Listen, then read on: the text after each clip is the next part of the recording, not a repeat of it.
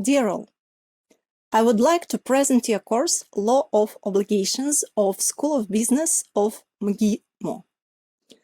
First of all, it is Law of Obligations basis of Law of Obligations of the Russian Federation, and right now we start part 1, Overview of Law of Obligations. First of all, I would like to ask you a question. What do you think? Which term is wider? A contract or a transaction? Most of you normally answer that term contract is wider because contract consists of a number of transactions. But the answer is opposite. Term transaction is wider because it is possible that we have unilateral transactions. What means unilateral transactions? Unilateral transaction means that this transaction obliges only one party, a party who conducts such transaction. Here we speak about the following examples. It is proxy,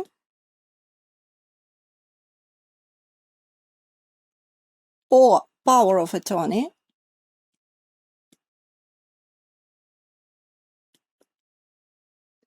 or, for example, a will, a testament. In case of power of attorney, you can issue a power of attorney in favor of the head of the state and put the name of the head of the state. But in this situation, the head of the state is not obliged to act on your behalf because the head of the state has not accepted this power of attorney. Acceptance of power of attorney is another unilateral transaction. The same situation is when we speak about a will, a testament. A testament obliges only testator. If you inherit certain property, it is absolutely up to you to accept or not to accept this property. So that means that testament is another unilateral transaction, and acceptance of inheritance is another unilateral transaction as well. When we speak about contract needs at least two persons. At least two persons must participate in conclusion of a contract. They must come to an agreement. This agreement should be legal. Obligations, civil rights and obligations arise, terminate, or modified under the contract. But what is the most important for us? That there are at least two persons.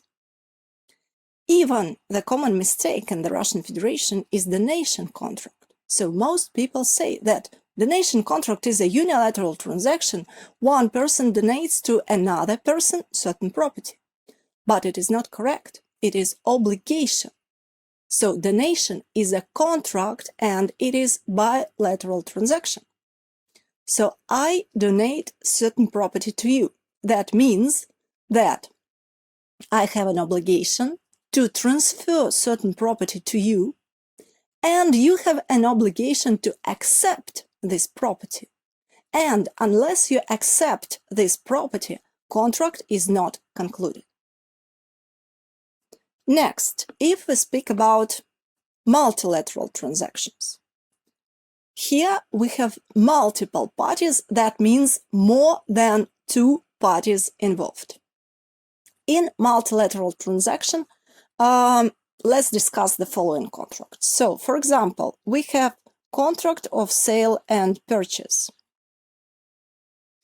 And we have spouses, let's say Irina and Vladislav, selling their apartment to certain legal entity, to or Romashka. So we have Irina, Vladislav, and legal entity. But in our case, we have bilateral contract. Why? Because one party is legal entity and another party, Irina and Vladislav. So Irina and Vladislav, seller, one party, legal entity is buyer, another party, two parties involved. When we speak about multilateral transactions, so for example, we speak about surety. So Irina and Vladislav sell a contract to legal entity, and a bank or any other institution provide a guarantee or provide surety for Irina and Vladislav before the legal entity. Here we have three parties involved and we have multilateral transaction. Another type of transactions, real and consensual transaction. So when we speak about real contract, it is necessary that transfer act happens. So that property is transferred from one person to another person.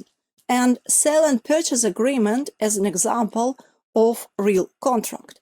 That is why when you sell real estate, you sign transfer act to show that contract really took place.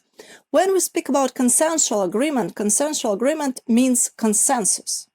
So we come to agreement, contract is valid. So for example, I provide legal services, we come to agreement and contract is valid. No transfer happens. Next, framework contract. Framework.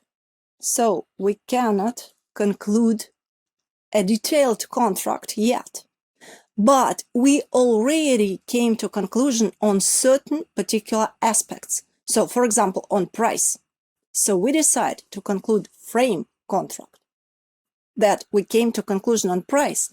And when we start next negotiations concerning terms of delivery, we will not negotiate about price because we already negotiated it. Another type of contract, option contract. Option contract. That means that within certain period of time, certain contract will be concluded. So we conclude a contract, but not today. At certain period of time, it will be concluded when something happens. Contract under condition or abstract contract. Abstract contract is a contract which does not depend on any condition. So it is unconditional, it is abstract. When we speak about contracts under conditions, so it depends. What depends when we speak about contracts under condition? Either starting of contract or termination of contract. So when we speak about starting of contract, so the contract will start, the contract will be concluded formally when something happens. For example, I give an apartment into rent when I get title of ownership to this apartment. So when I get title of ownership, our agreement on lease will be concluded. It is suspensive condition. Subsequent condition. If something happens, contract is terminated. If force majeure events last more than 3 months, contract is terminated. Another type of contract. Contract of adhesion. We have plenty of contracts of adhesion. When you conclude a small agreement, but contract is regulated by general rules. For example, we speak about insurance or banking contract. We conclude small agreement, but there is a list of rules of this particular bank or of insurance conditions, and concluding a contract, you join these conditions. And onerous and gratuitous contracts, contracts for reward and contracts for free. As a natural person, you can act for free. That means you can earn money for your services or you can provide services free of charge. When we speak about legal entity may provide only onerous services. Legal entity cannot act gratuitously. So, for example, a legal entity gives credit to another legal entity and says, we will not charge, we just give it free of charge.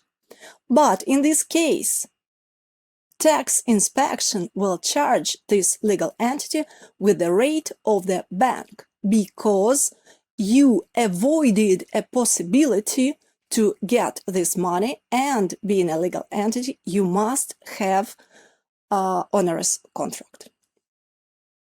This what we can speak about types of contract, and when we speak about moment of conclusion of contract, we see that it depends on real or consensual nature of agreement.